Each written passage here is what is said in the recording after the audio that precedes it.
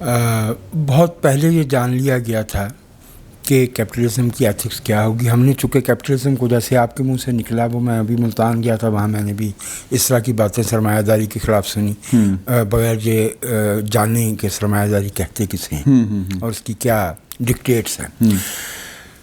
ملک ریاض وہ شخصیت ہیں جنہوں نے ٹیلی ویژن پہ بیٹھ کے آن ریکارڈ یہ کہا کہ پاکستان کا کوئی بڑے سے بڑا منصبدار ایسا نہیں ہے جسے میں نے رشوت نہ دی ہو. جنہوں نے کہا. اس کے بعد ہونا تو یہ چاہیے تھا کہ ریاست پاکستان کے کم از کم چوٹی کے 5-10 جو منصبدار ہیں وہ ان پہ ڈیفیمیشن کا کیس کرتے ہیں, لیکن ایسا نہیں ہوا. جب وہ 190 ملین کی پلی بارگین انہوں نے نیشنل کرائم ایجنسی کے ساتھ NCA کے ساتھ کر لی, جس کی طرف اشارہ بھائی رضی کر رہے تھے, تو 13 جنوری 2020 کو ان کے دونوں باپ بیٹے کے ویزے کینسل کر دیے گئے. اس پہ انہوں نے اپیل کی اپر کورٹ میں. وہ نومبر میں اپیل بھی جو ہے خارج ہوگی. اب یہ ریویو تھا جو ان کی کورٹ میں گیا, جس میں انہوں نے ریسپونڈنٹ بنایا تھا secretary of the state for home. ٹھیک ہے, باقی بھائیوں کی طرح میں نے بھی وہ فیصلہ آج پڑھا. اس میں بہت زیادہ جو معاملات ہیں بڑی تفصیل سے بیان کیے گئے ہیں. ہم کو 32 صفحات پہ مشتمل وہ فیصلہ ہے. اس میں انہوں نے جو موٹی باتیں کہی ہیں ان میں سے میں آپ سے عرض کیا دیتا ہوں. ایک تو انہوں نے یہ کہا کہ ان بھائی نے ملیر ڈیولپمنٹ اتھارٹی کے ساتھ مل کے, جس کو MDA کہا جاتا ہے, پہلے 34 اور پھر اس کو بڑھا کے تعداد 43 کی گئی گوٹھوں کی پہ اپنا انکریمنٹل ڈیولپمنٹ اسکیم خرید لی, جبکہ ان کے پاس اس کے برابر دینے کے لیے زمین نہیں تھی. ان کے 4 ایجنٹوں نے بھاگ کے کوئی 35 میل دور, کوئی 25 میل دور, کوئی 20 میل ادھر کراچی سے ٹکڑوں میں بٹی ہوئی زمینیں جو ہے اونے پونے خریدی, جن کا ٹائٹل یعنی جن کی ملکیت بھی تصدیق نہیں کی گئی اور جن کی قیمت اس زمین سے بہت کم تھی. وہاں یہ کہا گیا ہے کہ 225 ارب روپے کی زمین 6 ارب روپے میں خریدی گئی, اور پھر اس زمین کا تبادلہ اس زمین کے ساتھ کیا گیا جو لوگوں سے زور زبردستی قبضہ, انہوں نے گریبنگ کا لفظ استعمال کیا. ایک جو اس میں بات آئی فیصلے میں, جج نے یہ لکھا ہے کہ اگر یہ شخص برطانوی شہری ہوتا تو اس نے 9 جرائم گنوائے ہیں کہ وہ اس پہ عائد ہوتے. اس میں برائبری بھی شامل ہے, اس میں منی لینڈنگ بھی شامل ہے, اس میں کرائمز اگینسٹ پیپل بھی شامل ہے, پبلک کہتے ہیں, تو وہ بھی شامل ہے. پھر انہوں نے بتایا کہ ایک خاتون ہے مبشرہ ملک, جو احمد علی ریاض صاحب جو ان کے صاحبزادے ہیں ان کی اہلیہ ہے. ان کے اور علی صاحب کے مائنڈ یو دا ڈیٹس, جنوری 2017 میں ان کے کل اثاثے وہاں پہ 5 کروڑ پاؤنڈ تھے, جو کہ دسمبر 2019 میں 14 کروڑ ہو گئے 18 مہینے میں. اور عدالت نے یہ کہا ہے keeping in mind the political context of the country. اصل بات آپ اس فیصلے میں دیکھیں, وہاں وہی جو یہ بات کر رہے ہیں, دا پولیٹیکل کانٹیکسٹ. اور اس میں پیپلز پارٹی کے قائد محترم آصف علی زرداری صاحب کا کانفیڈنٹ مشتاق نام کا بندہ, اس کا نام آیا ہے کہ 8.5 ارب روپیہ اس کے نام منتقل کیا گیا ہے. ملیر میں اور کراچی میں یہ معاملات پیپلز پارٹی کی کنائیونس کے بغیر نہیں ہو سکتا. اور میری آپ سمرو صاحب کی غیر موجودگی کا فائدہ اٹھا رہے ہیں. نہیں, جائے استاد خالی است, وہ بڑے ہیں ہر لحاظ سے, وہ ہر لحاظ سے بڑے ہیں اور زیادہ باخبر ہیں. لیکن جو میں بات کہنا چاہ رہا ہوں وہ یہ ہے کہ 2014 کے دھرنے ہوں, آپ کو یاد ہے طاہر القادری کے پاس کون گیا تھا؟ یار یہ ملک جو ہے, ہمارا وزیر اعظم صبح سے شام تک ہمیں مافیاز کے بارے میں بتاتا ہے. ارے بھائی یہ ہیں مافیاز, بالکل ایسے ہی ہے. یہ ہیں مافیاز جن کا میں سے ایک کا نام وہ لے رہے تھے, کوئی ملک کے اندر بیٹھا ہے, کوئی ملک کے باہر بیٹھا ہے. یہ جو ملک کی معاشی حالت 3 برس میں اتنی گری ہے, میں اسے عمران خان حکومت کی نالائکی نہیں سمجھتا. میرا یہ کہنا ہے کہ سیاسی حکومتیں کچھ کام کرتی تھیں اور کچھ اونچ نیچ بھی کرتی تھیں. ہاں ٹھیک ہے. This is outright cartel and mafia but is being named as hybrid regime. تو یہ چونکہ آؤٹ رائٹ لوٹ ہے تو معیشت اس میں سرمایہ دار کا اعتماد نہیں ہے. بھلے اس میں جیڈی صاحب جو ہے وہ ٹی ایل پی کے ساتھ معاہدہ کرواتے ہیں اور کہتے ہیں کہ سب نے کٹ قرضہ نہ لیا اور وہ حکومت کو ڈیفینڈ کرتے ہیں. ٹھیک ہے, یہ ہیں کارٹلز, یہ ہیں مافیاز. ایک بات اس میں جو ہے کہی گئی ہے, انہوں نے کہا کہ یہ ہمیں معلوم ہے کہ انہیں ان پہ کرمنل چارجز نہیں تھے جو پاکستان میں وہ سول معاملہ تھا, لیکن انہوں نے کہا ہے کہ taking into account cumulative effect and burden of probability, ہم سمجھتے ہیں کہ یہ شخص مجرم ہے.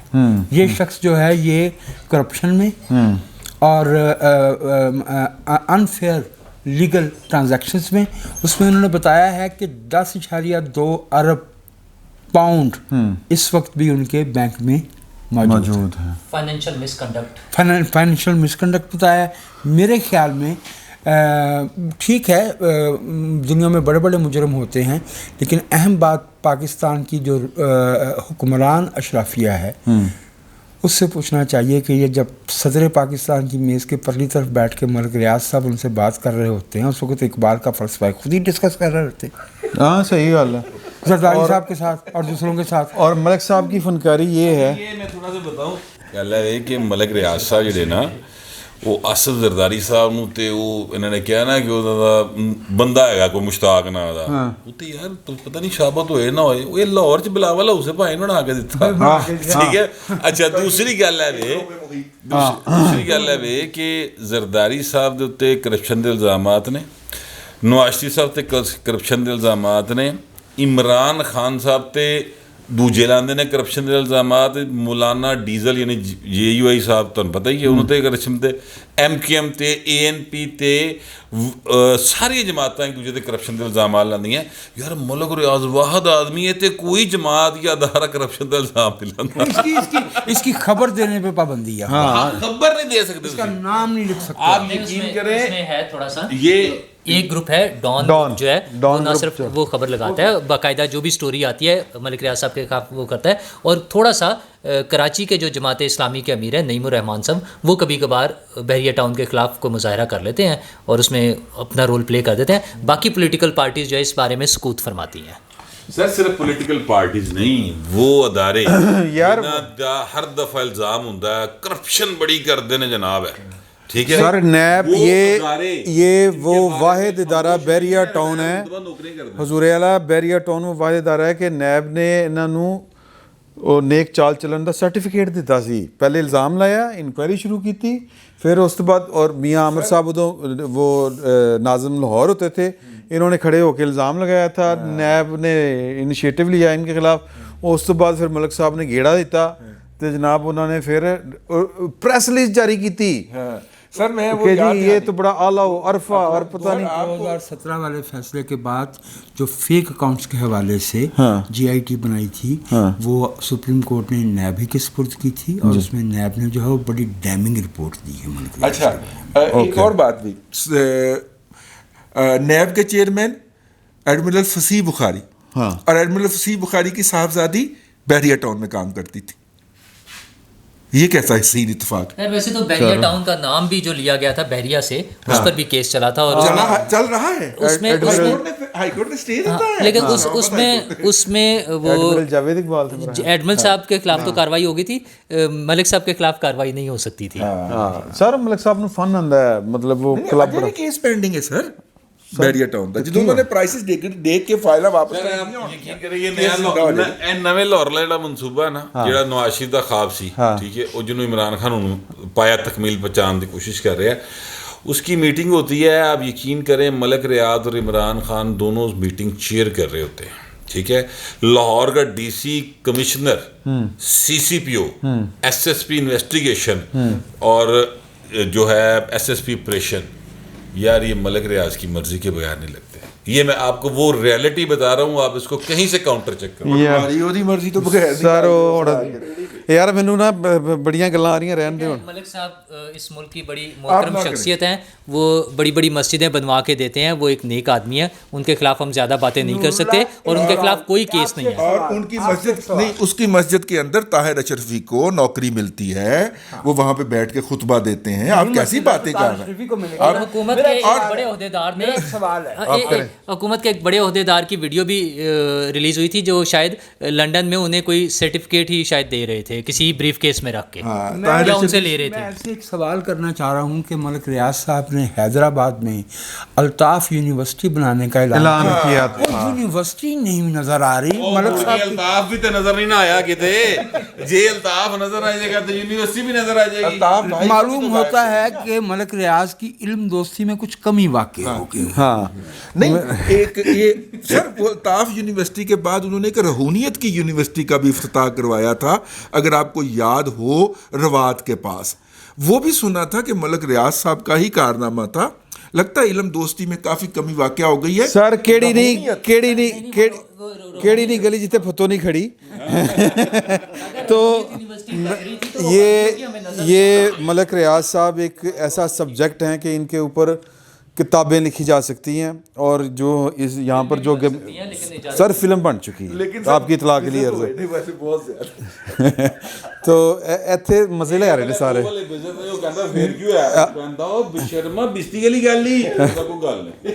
تو میرا خیال ہے کہ یہاں پہ شغل لگنا شروع ہو گیا, تو انشاءاللہ اگلے ہفتے آپ سے پھر ملاقات ہوگی. فی الوقت اتنا ہی, بہت بہت شکریہ.